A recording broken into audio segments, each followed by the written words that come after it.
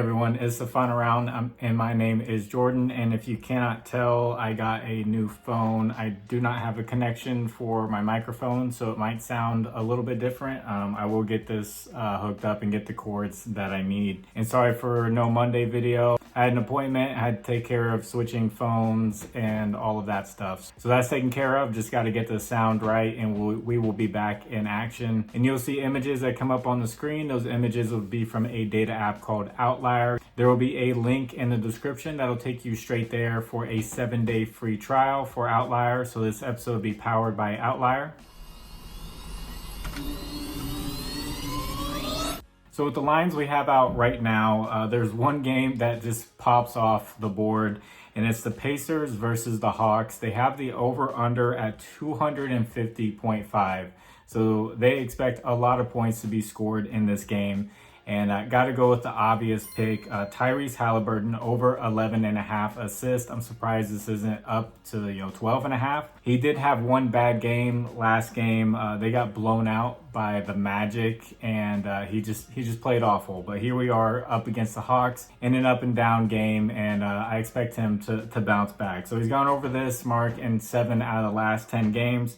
The Hawks are giving up the 6th most assists to the point guard position, and they're actually giving up the 2nd least points to the point guard position. So I know his points mark has been bumped up to 24.5. If you want to add in points plus assists, I'm just giving you a warning that they do a pretty good job guarding point guards. It's just with the assist and forcing the point guard to pass, that's where they struggle a little bit, and that's what Tyrese Halliburton is great at. My second pick on the other side of things, you'll see a lot of points lines bumped up. DeJounte Murray's points line is really high up there at like 20.5, but the one that I like is Jalen Johnson over 14.5 points.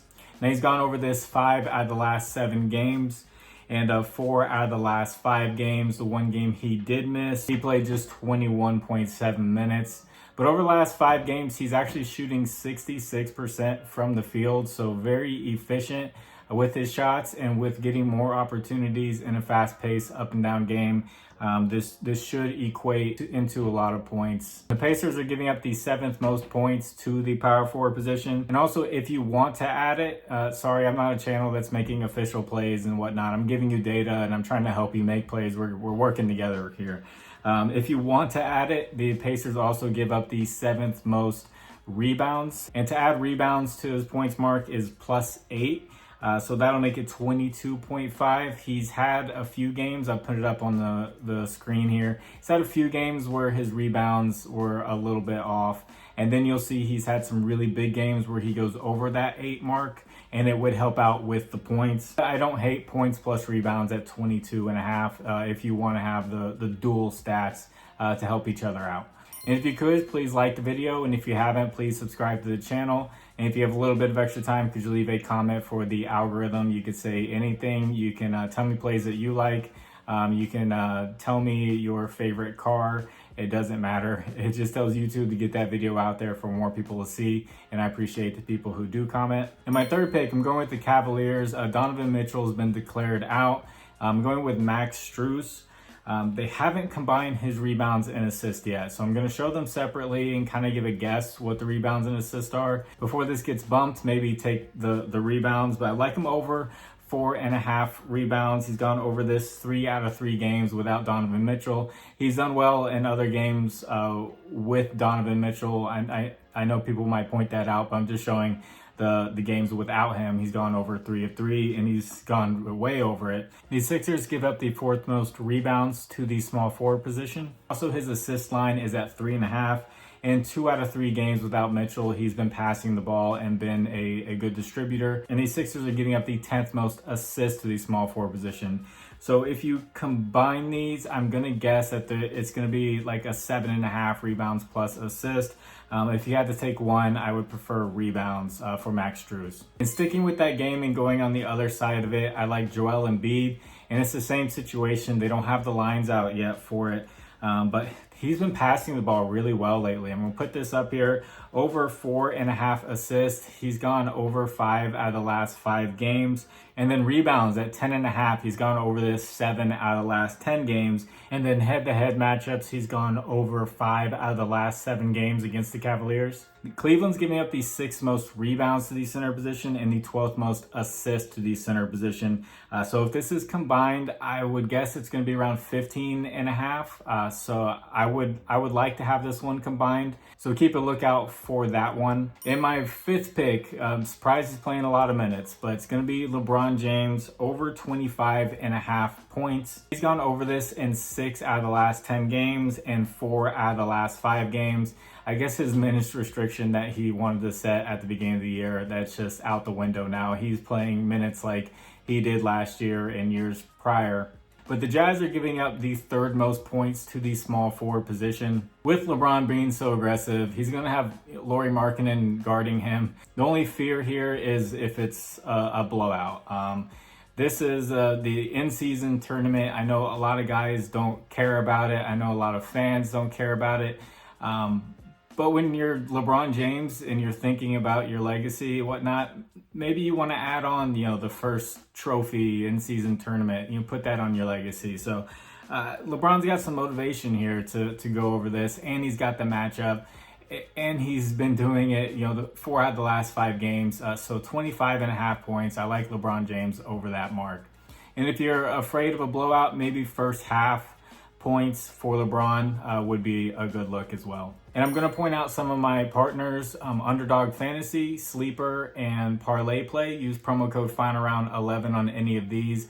They'll match your first deposit up to $100, and Underdog will match it up to $500. And there will be links in the description that'll take you straight there with the promo code. And thank you to the people who use those. I also forgot to mention I am wearing a Fade Me shirt. If you like Guy Boston Sports, he sent this to me. So I always joke that after he sent it to me, maybe he just wants you all to just fade me. So he's got his own store. Go check out Guy Boston Sports, and he's selling these shirts. They're actually really high quality. I'm not just saying that because he's not paying me or anything to say that. But my last pick, this is going kind of against the grain for picks that I like to make because the matchup isn't that great. But that's a reason why this line has been lowered. But I like JOCKMKT of the Raptors over 11.5 points plus assist. I'm going to put up his stats over the last 10 games. He's gone over this 8 out of 10 times and 5 straight. Last year against Orlando, he scored 30 points against them and got 2 assists. But the Magic are giving up the 9th least points to the center position and also the 13th least assist.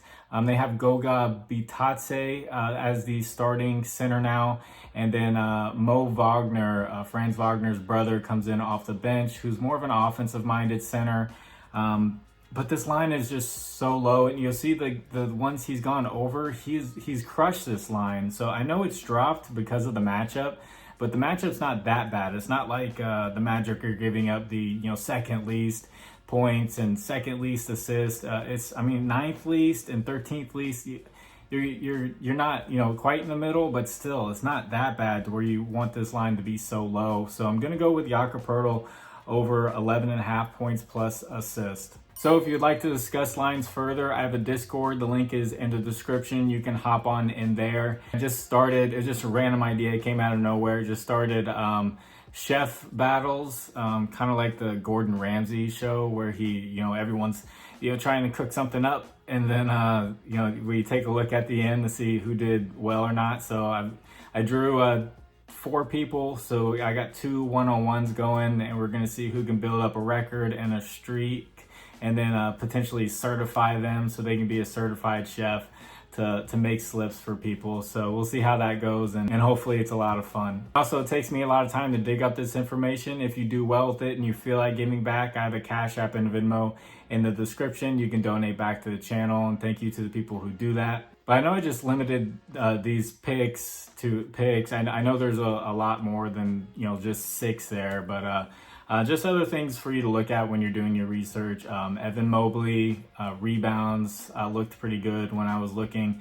Cam Reddish's lines weren't up yet, but he's going to be going up against Jordan Clarkson, who tends to turn the ball over a lot. He hasn't turned the ball over much lately. He's been really aggressive lately. That's going to be a good matchup to see because Cam Reddish is a good defender and he's going to be on Jordan Clarkson. If Cam Reddish, steals at 1.5 like I took last time, he ended up with 3 steals. That might be one to look at. And then Jordan Clarkson potentially under points. He's been super aggressive, but he's gonna have a really tough matchup there with Cam Reddish and his length. Also, Jared Allen up against Joel Embiid. Points under is a potential one to look at. The Sixers are really strong against centers. And then I didn't mention it, but Trae Young assist. He's going to be passing the ball a lot, just like Halliburton in that really high over/under game. Watch that game be like under both under 100. Just a high defensive game. That's just how it tends to work out. Hopefully we don't have a bunch of blowouts. Hopefully teams stay competitive and hopefully teams are motivated because of this in-season tournament. So I'm gonna get this edited. Hope you guys like the new phone. I know I can blur out the background, but I kind of don't like it because you can't see my painting. So yeah, this might be the only one where it's blurred out. I don't know. Maybe I'll go back and forth with it. But God bless you all. It's the final round. I will catch you on the next one. Bye.